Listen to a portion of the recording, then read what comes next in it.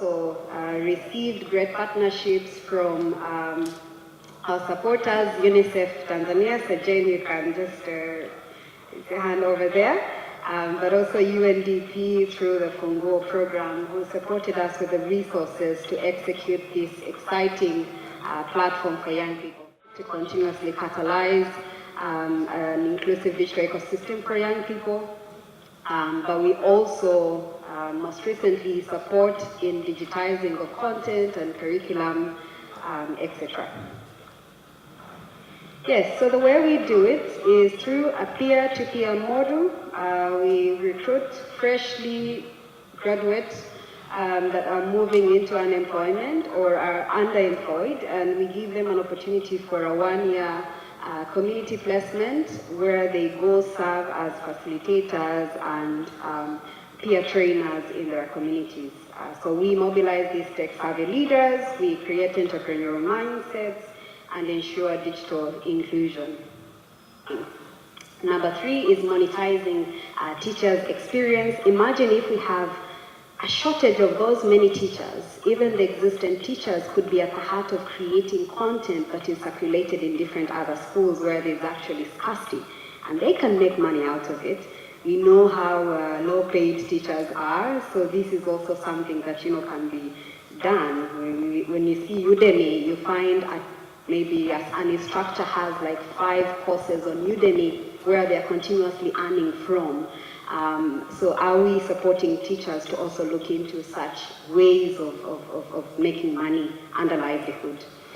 Then the third one is that projects. So when we're looking at now, there's new reforms happening in the education system, part of the World Bank project where there's an overhaul going to be done in the education curriculum. But how do we design whatever projects or interventions by bringing in multidisciplinary teams that might include students, teachers, and everyone to co-create the experience and process together to make it more meaningful. And I think finally, which is the final slide when it comes to the thematic areas, is the climate change one. You will ask yourself, how does ICT relate to climate change? I mean, even for us, it was a very nascent space, but we said, let's go and explore and see what it has to bring. So we know that while it is still a very nascent space, the most effective way to integrate the ICT and climate change agendas is to use digital tools and platforms to reach more young people with the information about climate change and offer practical guidance on what to do about it. So many young people, we did a skills poll which had more than 7,000 young people from Tanzania respond to these specific questions. Do you know about climate change? Do you care about climate change? A majority of them said, I have no idea. And I think that's someone else's problem to solve, and we think that Tanzania's young population needs to be at the center of this. The ICT can play a role to bridge the information gap, to run campaigns through that and disseminate information through technology, whether it's social media, where young people can actually access this information and be climate smart. We also know that as early adapters of technology and creative thinkers, youth could be at the center of designing climate smart solutions, which are led by technology.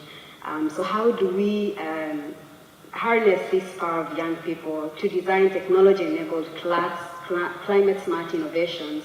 And what else can be done? Is it unlocking more finances to support them to scale or whatnot? Yeah. Something else that we need to consider is that as the digital divide disproportionately affects young women, climate change also has greater impact on the most marginalized groups, such as women, children, refugees, and other disadvantaged communities. So when we bridge the digital divide, we'll also bridge the access to information so that these groups are able to stay connected and informed their personal health and safety if anything was to come up. Yeah, and now these are a few recommendations that we have that are emerging from the report. So how do we accelerate Tanzania's relationship with digital transformation and the digital economy.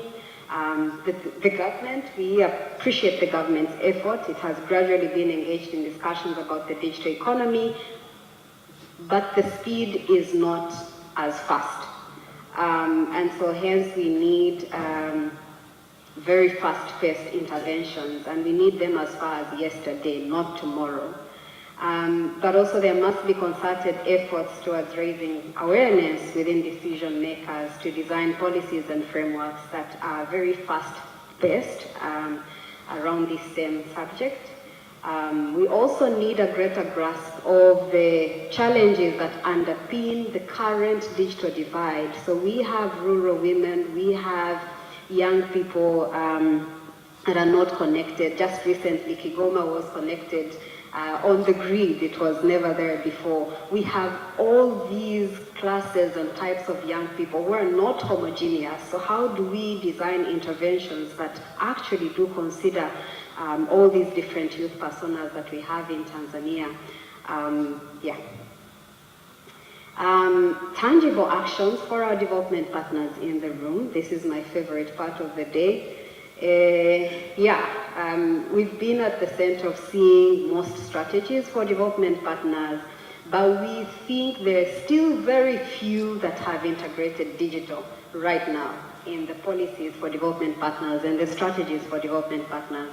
And we need to make a statement today that digital transformation should be a big part of the development partner programming. If at least 50% of donor projects include digital transformation component, would be going on a very good, bright future.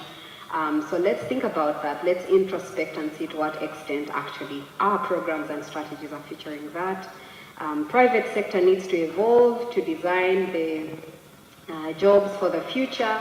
There's this whole global phenomenon around the Great Resignation, where many young people are scared of the high costs of living, but they're also scared that they're not earning enough, so they resolve to their entrepreneurial passion and digital freelancing. So how do we design jobs that are tapping into that energy and that are more compelling to young people? Then government offices, about that. Government offices also need to embrace digitalization, move from analog to digital and adapt to more advanced technologies that are not yet being used. That way, we'll be walking the talk. Finally, our conclusions here is how do we plan to support beyond the summit, because for us it's not just an event that happens every August, but there's interventions that happen beyond. For ICT and employment, we want to build further partnerships to continue impacting young people in the communities we serve. Currently, we are in 12 regions of Tanzania, mainland and Zanzibar, where we train nearly 8,000 young people with digital skills every month. We want to develop targeted messaging to communicate about online opportunities, micro work, so that young people can know how to enroll themselves into these digital platforms to access opportunities. We also want to scale our programs and focus more on digital and soft skills. On ICT in education, we want to research and design teacher-centered approaches for 21st century learning. We already are doing that, but we want to scale that.